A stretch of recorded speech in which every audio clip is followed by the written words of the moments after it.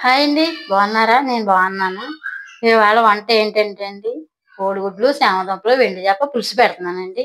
వాటికి కావాల్సిన పదార్థాలు ఏంటన్నది చూపిస్తాను చూడండి. కోడిగుడ్లు అండి, ఒక టమాటా, కరివేపాకు, ఉల్లిపాయ, పచ్చిమిర్చి. ఇదిగో అలా చామదుంపలు అండి, ఎండు చేపలు, చింతపండు పులుపు, పసుపు, బెల్లం ముక్క, కారం, ఉప్పు, ఆయిల్. ఈ కర్రీ కావాల్సినవి అండి ఇవి. ఆయిల్ అయితే గ్యాస్ అయితే స్టవ్ అయితే ఆన్ చేశానండి. బాండీ పెట్టాను. ఆయిల్ వేస్తున్నాను. కొంచెం పడుతుందండి, తగినంత వేసుకుంటామే, కర్రీకి సరిపడగా వేసుకుంటామండి. ఆయిల్ అయితేనే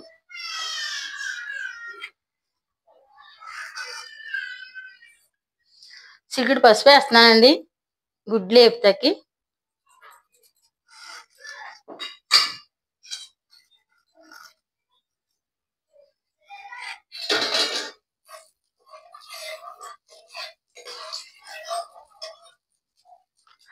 గుడ్లు అయితే వేస్తున్నానండి.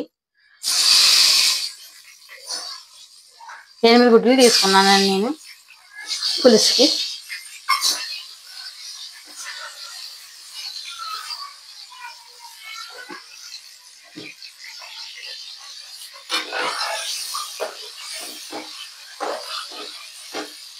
ఇలా దోరగా బాగా వేపుకోవాలండి గుడ్లు. పసుపు వేయటం వల్ల గుడ్డు అసలు అంటుకోదండి. ఇలా వేపుకోవాలండి. ఎగినాయండి గుడ్లు అయితే, దోరగా ఎగినాయి చూడండి, కలర్ఫుల్గా పడుతున్నాయి. బాగా ఎగినాయండి గుడ్లు అయితే.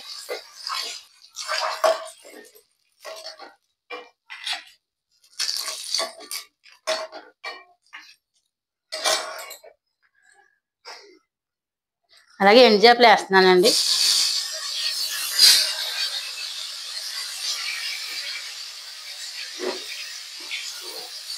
ఇవి కూడా వేగాక మళ్ళీ తీసేసుకోవాలండి, పక్కగా తీసేసుకోవాలండి. ఎండు చేపలు కూడా వేగాక వేగిపోయినాయండి.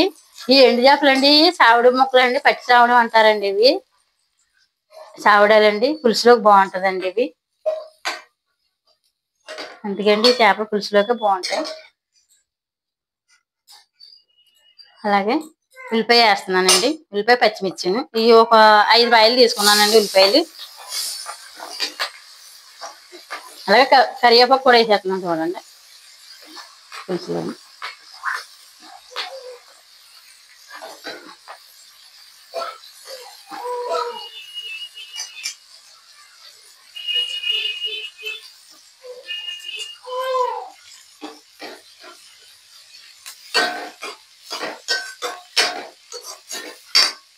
ఉప్పు కూడా వేస్తానండి ఉల్లిపాయ మగ్గటానికి.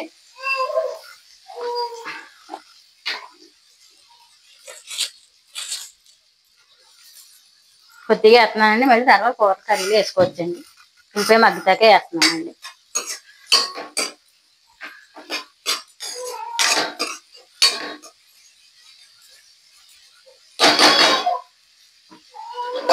మూత వేస్తున్నాను.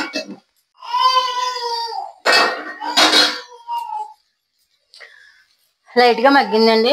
టమాటా కూడా వేసేస్తున్నాను. 2 కలిపి మగ్గుతాయండి.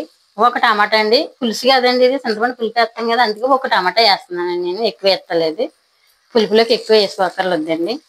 చింతపండు పులుపు వేస్తాం కదా, అందుకని ఒకటే వేస్తున్నానండి.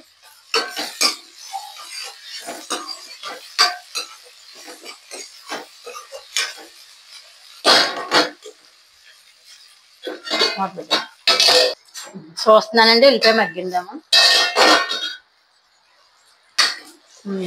మగ్గిపోయిందండి, ఉల్లిపాయ అయితే మగ్గిందండి. వేసేస్తున్నానండి. ఇగో చామదుంపలండి వేసేస్తున్నాను చూడండి.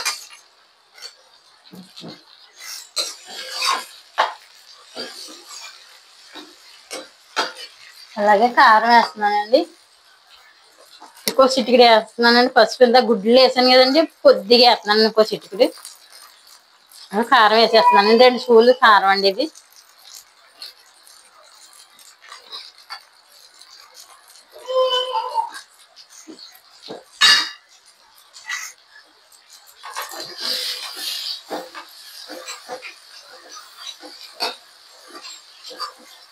అలాగే గుడ్లు ఎండు చేపలు కూడా వేసేస్తున్నానండి.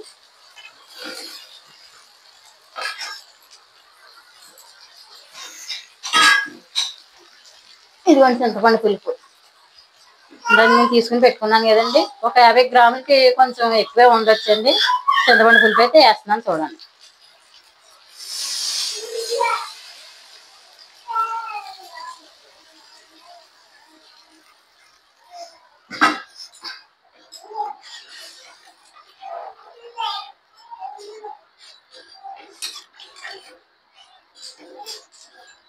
శాంతి కారం డబ్బా తీసుకురమ్మ. కారం కొద్దిగా వేస్తున్నానండి, ఒక 1/2 స్పూన్ వేస్తున్నాను, సరిపోలేదు. అలాగే ఉప్పు వేస్తున్నానండి. ఇందాక ఎంత ఉప్పు వేయలేదు కదండి, ఇప్పుడు వేస్తున్నాను ఉప్పు. ఉల్లిపాయ మగ్గిదాకా వేసాను కదండి, ఉప్పు సరిపోద్ది. అలాగే ఇదిగోండి చిన్న బెల్లం ముక్క అండి. బెల్లం ముక్క అయితే వేస్తున్నానండి. పులుసులో రుచి వస్తుందండి, బెల్లం ముక్క వల్ల పులుసు బాగుంటుందండి. లైట్గా వేస్తున్నానండి, ఎక్కువ ఏమి వేయలేదు, సరిపోద్దండి.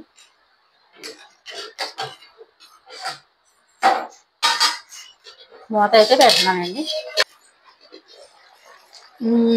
కొమ్మలాడేస్తుందండి పులుసు. పులుసు అయితే టేస్ట్ భలే వాసన వచ్చేస్తుందండి పైకి. ఉప్పు వేసి చెక్ చేసుకుందామండి ఇప్పుడే.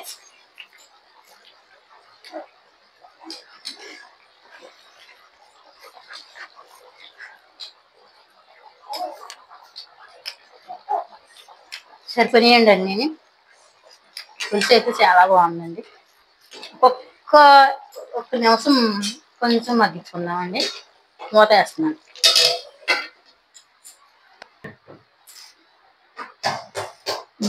ఆయిల్ అయితే పైకి వస్తుందండి. కర్రీ అయితే అయిపోయింది.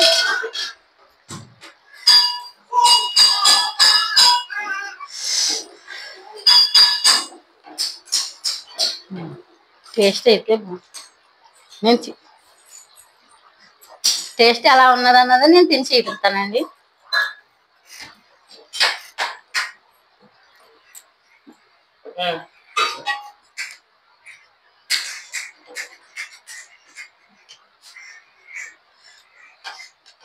ఎండు చేపండి,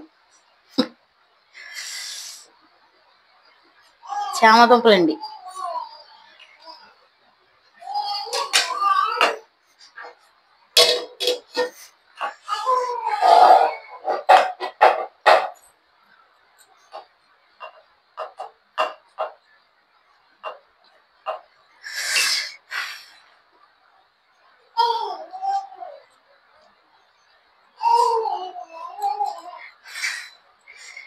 వేడిగా ఉంది కదండి.